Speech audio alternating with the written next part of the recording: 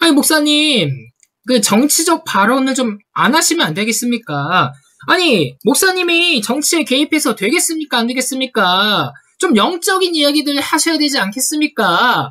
이러시는 분들이 많거든요. 이분들이 주장하는 게, 그 목사들은 정치에 개입해서는 안 된다. 왜냐? 정치와 종교가 분리되어 있으니까, 그 신앙의 양심은 물론 좋은데, 그 종교가 정치에 개입해서는 되겠느냐? 저 정치에 대해서는 그냥 좀 가만히 있으시면 안 되겠습니까? 자, 그래서 오늘 제가 말씀을 드리고 싶은 거는 뭐냐면은, 목사의 정치 개입, 이것이 과연 정당한가? 자, 목사의 정치 개입이라는 주제입니다. 우선 우리가 역사적으로 봤을 때 목사님들이 정치 개입을 하신 분들도 있고 하시지 않는 분들도 있었죠. 대표적으로 우리가 잘 아는 보네포 목사님. 나치의 정권 하에 저 미친 개가 운전대를 잡으면 그것을 막아야 된다라고 했던 분이 바로 보네포 목사님 아니셨습니까? 보네포 목사님이 한 분 계시고 또 하나의 유명하신 분이 계시죠. 마틴 루터 킹 주니어. 흑인 인권 운동을 위해서 아주 헌신하셨던 이런 목사님이십니다. 이런 분들도 어찌 보면 정치에 개입했다고 볼 수도 있겠죠. 물론 공과 과가 있고 여러 가지로 평가할 수 있습니다. 또 하나 중요하신 분. 이분은 여러분들이 어떻게 생각할지는 모르겠는데 전광훈 목사님 정치 개입을 하고 계십니다. 이런 내용들을 봤을 때 우리는 각자의 목사님들의 평가를 하죠. 보네퍼 목사님은 어땠고 마틴 루터 킹 목사님은 어땠고 우리 전광훈 목사님은 어땠고 이분들은 분명히 정치에 개입을 하셨어요. 근데 이분들을 우리가 어떻게 평가를 하고 있습니까?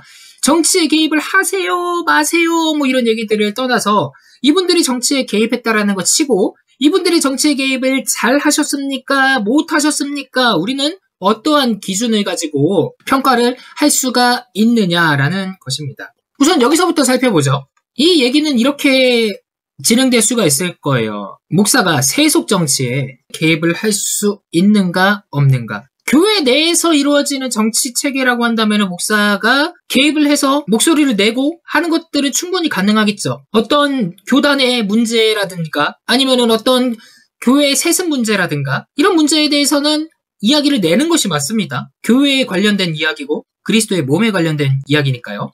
근데 세속 정치에도 과연 목소리를 내도 되는가? 이 점을 한번 짚고 넘어가도록 하겠습니다. 자, 우선 제 견해는 뭐냐면요.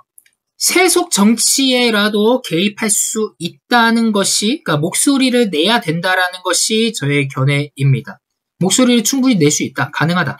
어떨 때 가능하냐면 하나님 나라의 윤리와 도덕적인 관점에서는 개입을 할 수가 있다고 저는 봅니다. 왜냐하면 하나님께서 처음에 세상을 창조하셨을 때 아담과 하와를 지으시고 그들로 세상의 모든 후손들을 나타내셨다고 성경이 얘기하고 있지 않습니까?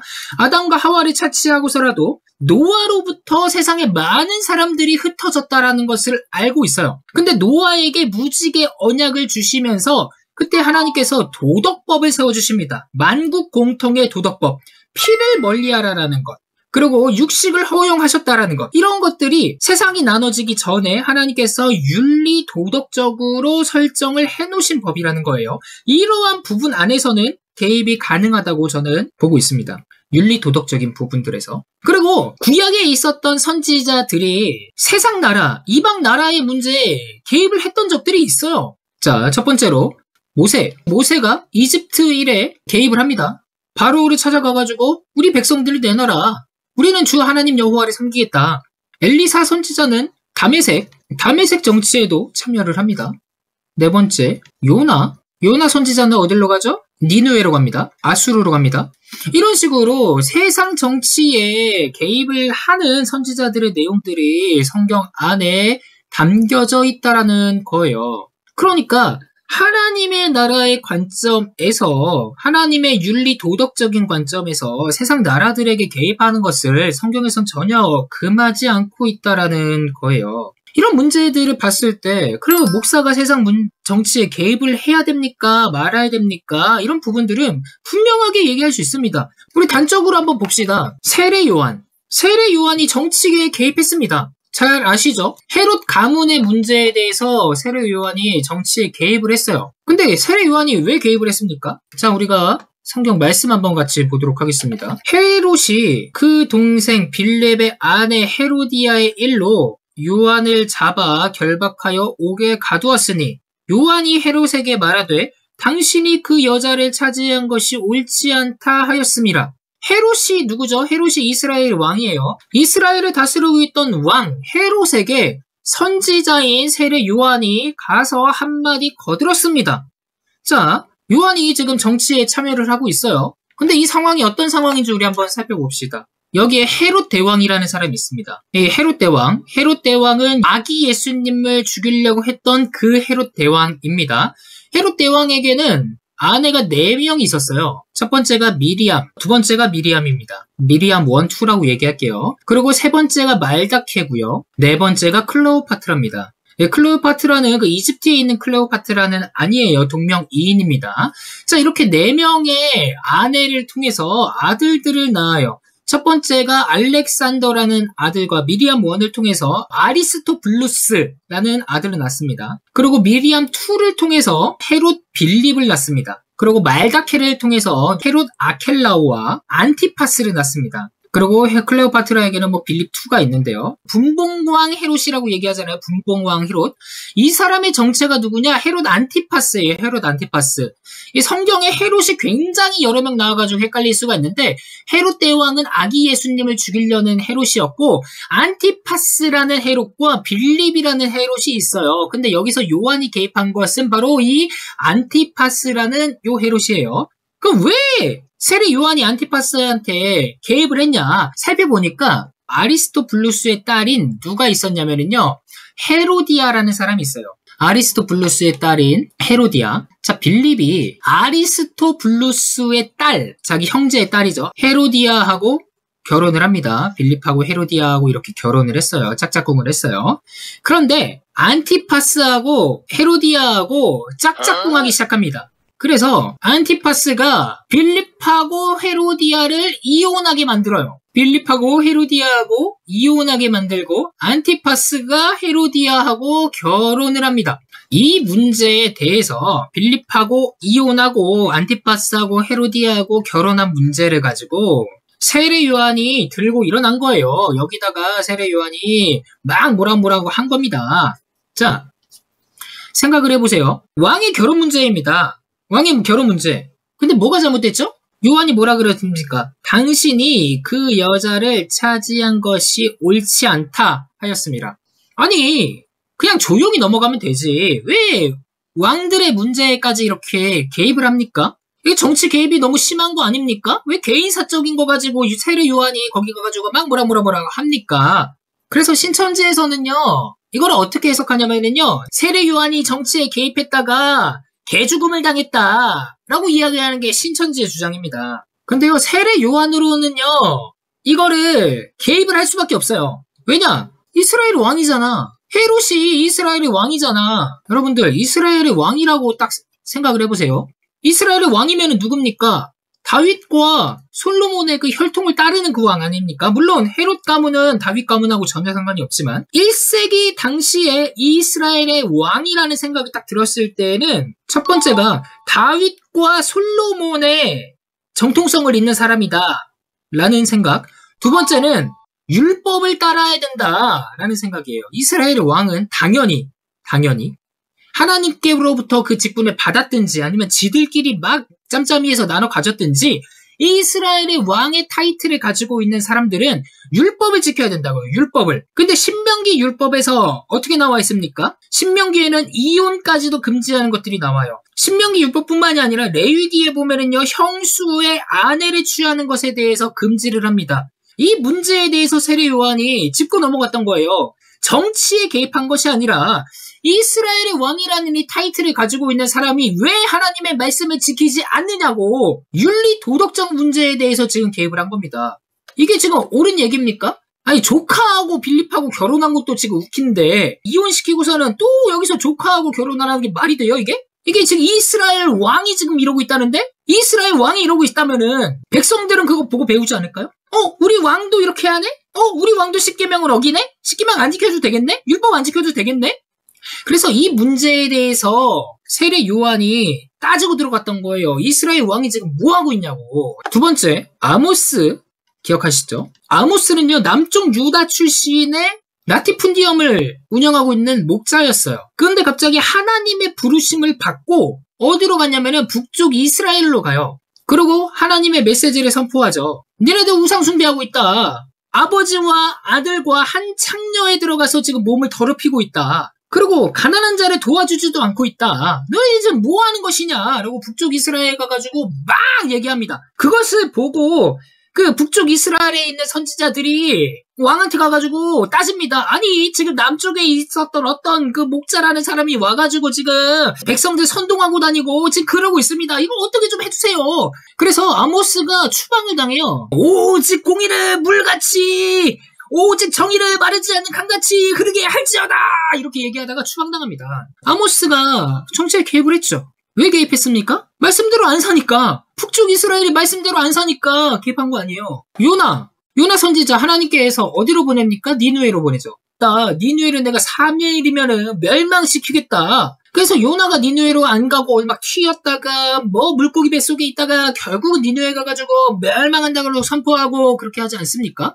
근데 요나의 이야기가 우리에게 주는 교훈이 있어요. 뭐냐, 하나님이 요나를 부르신 이유, 보내신 이유, 니느웨에 그냥 보냈겠습니까? 멸망시킨다고. 하나님이 세속국가를 멸망시키신다니까요. 왜냐? 이 천지의 주권이 하나님께 있기 때문에 하나님은 능히 살리시기도 하고 죽이시기도 하고 이렇게 세우시기도 하고 멸망시키시기도 하고 온 세상에 있는 주권이 하나님께 있기 때문에 이 니느웨조차도 멸망시킬 수가 있다는 거예요. 왜? 그들이 우상 숭배하니까. 그들이 인신제사를 하니까, 그들이 사람을 사고 파니까, 이 모든 일들이 하나님 앞에 가증한 일들을 하고 있으니까 멸망한다고 얘기한 거 아닙니까? 근데 요나가 가니까 니느웨 백성들이 어떻게 얘기해요? 회개를 하죠. 요나의 이야기가 오늘 우리에게 주는 교훈이 있어요. 뭐냐? 정치 개입, 참여, 이런 얘기도 좋습니다. 목사님, 그 얘기 좀 하지 말아주세요. 목사님, 그 정치와 종교는 분리되어 있습니다. 그런 얘기 좀 안 하셨으면 좋겠습니다. 성경 이야기만 해주세요. 이런 얘기를 하기 전에 그리스도인들은 기준을 하나 삼아야 된다는 거예요. 그게 첫 번째가 뭐냐? 말씀이고, 하나님의 말씀이 기준이 되어야 되는 거는 그리스도의 삶에서 당연한 겁니다. 두 번째는, 이게 핵심인데, 우리가 사회에 참여하고 정치에 참여하고 어디에 개입하고 목소리를 낼 때 확실히 기준이 되어야 할 것이 뭐냐? 우리가 선포해야 될 메시지가 회개라는 거예요. 회개. 우리의 모든 메시지가 정치에 개입하고 안 하고 참여하고 안 하고 이런 모든 메시지가 회개하라는 데에 초점을 맞춰 있어야 된다는 거예요. 회개하라는 데. 잘못되고 하나님의 말씀에서 떠나가고 말도 안 되는 짓거리를 하는 것들에 대해서 회개하라고 돌아오라고 그렇게 하면 안 된다고 얘기하는 것이 그게 정치 참여입니까? 정치에 개입하는 거예요? 세례 요한이 처음에 뭐라 그랬어요? 회개하라 그랬어요. 회개하라. 회개하라. 천국이 가까이 왔느니라 그랬어요. 예수님의 공생의 사역의 첫 번째 메시지가 회개하라였습니다. 예수님의 목소리 내는 거 가지고 우리가 정치 참여라고 얘기합니까? 근데 예수님은 분명히 회개하라고 얘기했거든요. 그러니까 그리스도인들은요. 첫 번째가 하나님의 말씀에 대해서 세속에 있는 지도자라든가 영적 지도자라든가 어떤 사람이라든가 하나님의 말씀에서 어긋나고 있고 위배되는 내용들이 있으면은 반드시 가서 회개하라고 선포를 해야 된다는 거예요. 그게 그리스도인의 사명이자 책임이라는 거죠. 그거를 보지 않고 도외시하고 그냥 모른 척하고 지나가자. 이거는 내가 할 일은 아니야. 우리 목사님이 해주시겠지. 이런 게 아니라 목사뿐만이 아니라 일반 성도라고 할지라도 그 어떤 사람이라고 할지라도 잘못은 잘못했다고 얘기하고 잘한 것은 잘했다고 얘기하는 것이 그리스도인의 책무라고요. 그게 성경에 나와 있는 하나님이 교회에다 주신 거룩한 사명이라고요. 근데 이거 가지고서는 목사님 정치에 참여합니다, 안 합니다, 하지 말아주세요 하는 거는 제가 봤을 때는 그냥 본인이 듣기 싫으니까 그냥 그만하라는 얘기 같습니다. 성도가 정치 문제에 개입 못합니까? 순교를 각오하고서라도 할 말은 해야지. 이것은 옳다, 이것은 그르다 할 수 있는 말 아닙니까? 그래서 우리는 이거 가지고 판단을 할 수 있어요. 아까 서두에 제가 말씀을 드렸습니다. 보네포, 마틴 루터 킹, 정광훈 이들이 정치에 개입했을 때 이들이 내세운 논리가 뭐였습니까? 이 회개하라는 메시지가 이들의 메시지에 있습니까? 근데 이 목사님은 잘 모르겠습니다. 잘 모르겠습니다. 하나님 말씀에 근거하여 회개하라고 선지자적 목소리를 선포를 했는지, 아니면 하나님 까불면 죽어, 내가 하나님 보좌에 딱 쥐고 있어 라고 얘기를 하는지. 그러니까 이거는 종교적 개입이 아니에요. 이거는 우리가 죽고 사는 문제입니다. 세속 정치에 개입하는 게, 이게 종교가 세속에 개입하는 게 아니고 죽고 사는 문제라고요. 윤리적 기준으로. 하나님이 성경에다가 얘기한 게 동성애 하면 죽는다, 그거 다 죄악이다, 우상 숭배하면 죽는다, 죄악이다, 분명한 윤리 기준을 다 마련해 주셨는데, 그러면 성경에 나오는 이 윤리적 기준을 가지고서 평가를 하겠다고요. 세속 정치인들을. 저 정치인들이 하나님의 말씀에 위배가 되는 짓들을 하고 있는가 아닌가, 그걸 우리가 성경 말씀으로 평가하겠다고요. 평가하지 말라고요? 왜요? 그러면 그리스도인들이 성경에 근거해서 말도 못합니까? 세상이 지금 반가정 질서를 가지고 가고, 하나님께서 제정하신 결혼의 가정을 해체시키려고 하고, 성경을 하나님의 말씀으로 믿지 못하게 하고, 자르고 해체하고 교회를 파괴시키고, 그런 문제에 대해서 이거는 정치 문제지 종교가 개입하고 있는 게 아니야 라고 이야기할 수 있겠습니까?